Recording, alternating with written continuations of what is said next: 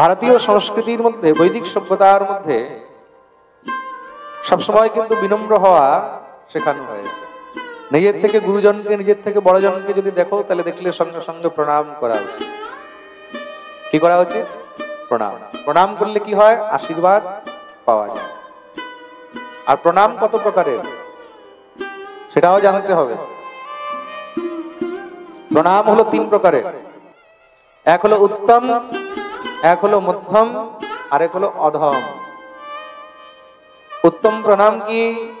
উত্তম প্রণাম হলো একদম সাষ্টাঙ্গ দণ্ডবত প্রণাম করা। কিন্তু এটা কাদের জন্য? একমাত্র পুরুষের জন্য বলা হয়েছে, কিন্তু স্ত্রী জাতির জন্য নয়। স্ত্রী জাতি পঞ্চাঙ্গ প্রণাম করবে। স্ত্রী জাতি পঞ্চাঙ্গ প্রণাম করবে। যেরকম প্রণাম 3 প্রকারের, উত্তম, মধ্যম আর অধম। তার মধ্যে উত্তম প্রণাম হলো 2 প্রকারের। উত্তম প্রণাম 2 প্রকারের। কি কি? এক হলো দণ্ডবত মানে সাষ্টাঙ্গ, আর এক হলো পঞ্চাঙ্গ প্রণাম। সাষ্টাঙ্গ মানে দণ্ডবত, একদম লাঠির মতন। যেরকম লাঠি একদম সোজা শুয়ে যায়, তদ্রূপ একদম দণ্ডবত। দণ্ড মানে লাঠি, দণ্ডবত মানে ডান্ডার মতন সোজা হয়ে, সেটাকে অষ্টাঙ্গ প্রণাম বলা হয়েছে, যেখানে শরীরের 8টি অঙ্গ ভূমির সঙ্গে স্পর্শ হয়।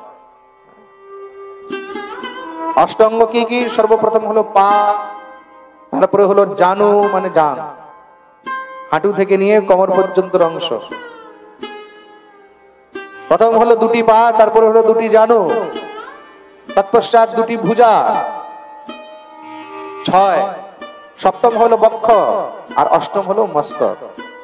এই 8টি অঙ্গ যেখানে স্পর্শিত হয় সেটাকে বলা হয় অষ্টাঙ্গ প্রণাম। কি বলা হয়? অষ্টাঙ্গ প্রণাম। দণ্ডবত প্রণাম করলে মানে মাথা থেকে নিয়ে পা পর্যন্ত ভুল লুণ্ঠিত হতে হবে, একদম ভূমির মধ্যে। সে ধুলা যেন এখান থেকে নিয়ে পা পর্যন্ত লেগে থাকে। প্রেম সে বলো রাধে রাধে। আর দণ্ডবত প্রণাম একমাত্র পুরুষের জন্য বিধান বলা হয়েছে, নারী জাতির জন্য নয়। স্ত্রী জাতিকে কখনো ভুল লুণ্ঠিত হয়ে দণ্ডবত প্রণাম করিতে নেই, তাতে অপরাধ হয়। ভগবতী পৃথিবী তাতে কষ্ট পায়। একমাত্র পুরুষকেই কিন্তু বলা হয়েছে। তার কারণ কি? তার কারণ হলো এই যে বক্ষস্থল মানে বুক যে মাটিতে স্পর্শ হবে, একমাত্র পুরুষ নিজের বক্ষস্থল খুলে মাটিতে স্পর্শ করতে পারে, নারী তো পারবে না। এই কারণটা বুঝতে হবে যে স্ত্রী জাতিকে কেন মানা করা হয়েছে।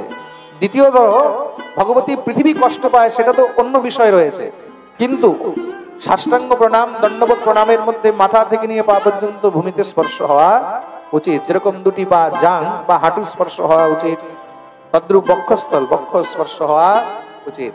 তার জন্য কোনো সময় কোমরের উপরে কাপড় পরেও কিন্তু কোনো পুরুষকে দণ্ডবত প্রণাম করিতে নেই, তাতে সেই দণ্ডবত প্রণামের কোনো লাভ হবে না। উপরে যদি কিছু পরে রেখেছে সেটাকে খুলে তারপরে দণ্ডবত প্রণাম করা উচিত। অন্যথা কি করিবে? অন্যথা পঞ্চাঙ্গ প্রণাম করিবে। পঞ্চাঙ্গ প্রণামের মধ্যে কি থাকে? পা 2টি, হাত 2টি আর মস্তক। এই প্রকার তাকে পঞ্চাঙ্গ প্রণাম বলা হয়েছে। এই 2টা হলো উত্তম প্রণাম। আর মধ্যম প্রণাম কি? দূরে বৎ প্রার্থয়েৎ কৃত্বা, দূরের থেকে হাত জোড় করে প্রণাম। দেখুন এখানে কিন্তু কোন প্রণামকে চরণ স্পর্শ করে প্রণাম বলা হয়নি। এই প্রণামের যে বিধান তার মধ্যে কোথাও কিন্তু পা ছুঁয়ে প্রণামের কথা বলা হয়নি। দণ্ডবত, দণ্ডবতও কিন্তু দূর থেকে। পঞ্চাঙ্গ প্রণাম সেটাও দূর থেকে।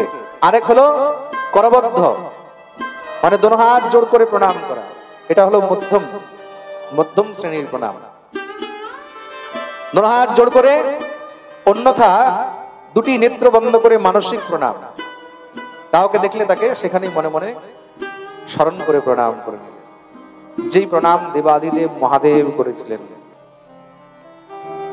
শ্বশুর মশাই যখন এসেছিল যজ্ঞের মধ্যে, সবাই উঠে দাঁড়িয়ে প্রণাম করেছে। মহাদেব ধ্যানে বসেছিলেন, বুঝতে পারেননি। যখনই চোখ খুলেছে দেখলেন সামনে শ্বশুর মশাই এসে গেছে, প্রজাপতি দক্ষ এসে গেছেন। এখন নিজে একা একা দাঁড়িয়ে প্রণাম করবে, দেখতে ভালো লাগবে না, তাই তিনি কি করলেন? সেখানে বসে বসেই মনে স্মরণ করে প্রণাম করে নিলেন।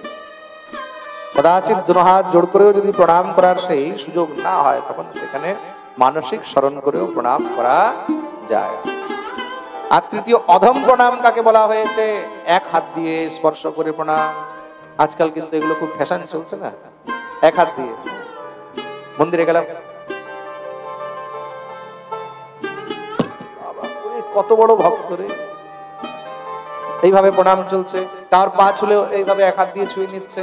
আচ্ছা, অনেকে তো পা ছোঁয়ারও মহারাজ টাইম নেই, হাঁটু পর্যন্ত ছুঁয়ে দিচ্ছে।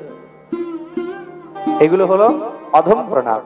কোন মন্দিরে গিয়ে, কোন দেবালয়ে গিয়ে, কোন গুরুজনকে এক হাতে প্রণাম করা, এক হাতে দেখানো, এগুলো কিন্তু অধম বলা হয়েছে। এই প্রণামে, অধম মানে কি? নিকৃষ্ট। অধম শব্দের অর্থ নিকৃষ্ট, মানে বৃথা।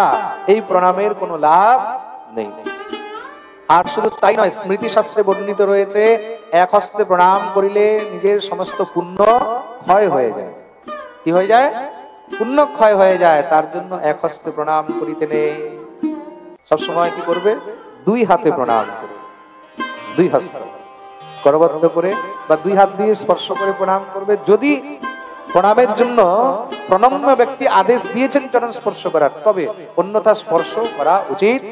কার অনুমতি ছাড়া, কার আদেশ ছাড়া তাকে স্পর্শ করে প্রণাম করা উচিত নয়, তাতেও কিন্তু অপরাধ হয়। প্রেম সে বলো রাধে।